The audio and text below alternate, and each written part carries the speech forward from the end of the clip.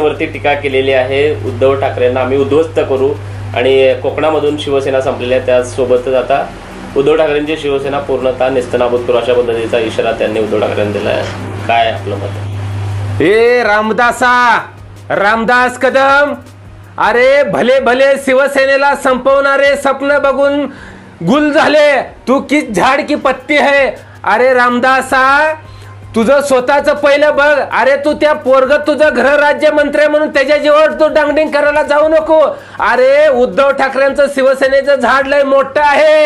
अरे तू उद्ध्वस्त करायचं सोड, साधी तू उद्धव ठाकरे साहेबांच्या झाडाची मुळी देखील उपटू शकत नाही, उपटू शकत नाही रामदासा, एवढी तुझी जर जिबीलाच वळवळ करत असेल तर जीभ तुझी आवाक्यात ठेव। तू एवढी मस्ती बरं नाही, तुला वाटत असेल पोरग तुझं घर राज्यमंत्री आहे। अरे तू तुझं पोरग तुझी खानदानी जर आली रामदास कदमा तर उद्धव ठाकरेचं तुम्ही काट वाकड्या करू शकत नाही।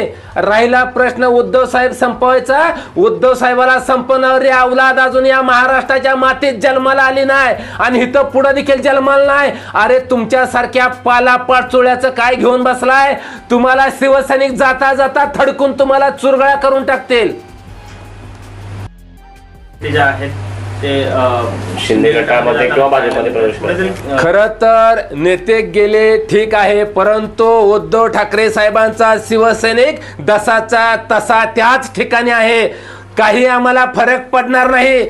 तुम्हाला घोडा आणि मैदान कळेल, फक्त या लोकांनी एकदा ईव्हीएम मशीन बाजूला सारून एकदा बॅलेट पेपर मतदान घेऊन बघा, मग यांचं डिपॉझिट देखील शिल्लक राहणार नाही। मग शिवसेना कुठं आहे आणि कुणाची आहे तुम्हाला समजेल। लोकसभा आणि विधानसभेला जे चित्र समोर आलेलं आहे त्यामध्ये उद्धव ठाकरेंच्या बहुतांश जागा त्या ठिकाणी संपतानाचं चित्र दिसत अहो काय संपविंपत काय नाही, मुळामध्ये यांनी या शिंदे गटाने भाजपाने ईव्हीएम मशीन सेटिंग केलेल्या होत्या म्हणून ती निवडून आलेल्या आहेत। त्यांच्यात जर दम असेल ना, त्यांना जर स्वतःवर विश्वास असेल ना, तर तुम्ही ईव्हीएम मशीन बाजूला सारा आणि मतदान घेऊन दावा।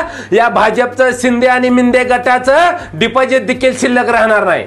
कधी काळी हेच कदम मातोश्रीच्या नावानं रडतानाचं चित्र आपण पाहिलं। खरं तर रामदास कदमाला एक सांगायचं आहे, रामदास कदम, अरे दरवाजात बांधलेलं कुत्र देखील इमानदारी असतंय, पण रामदास कदम, अरे तू मातोश्रीच्या जीवावर खाऊन खाऊन तुझा दात किडला, पण तू इमानदार ना बेमान झाला।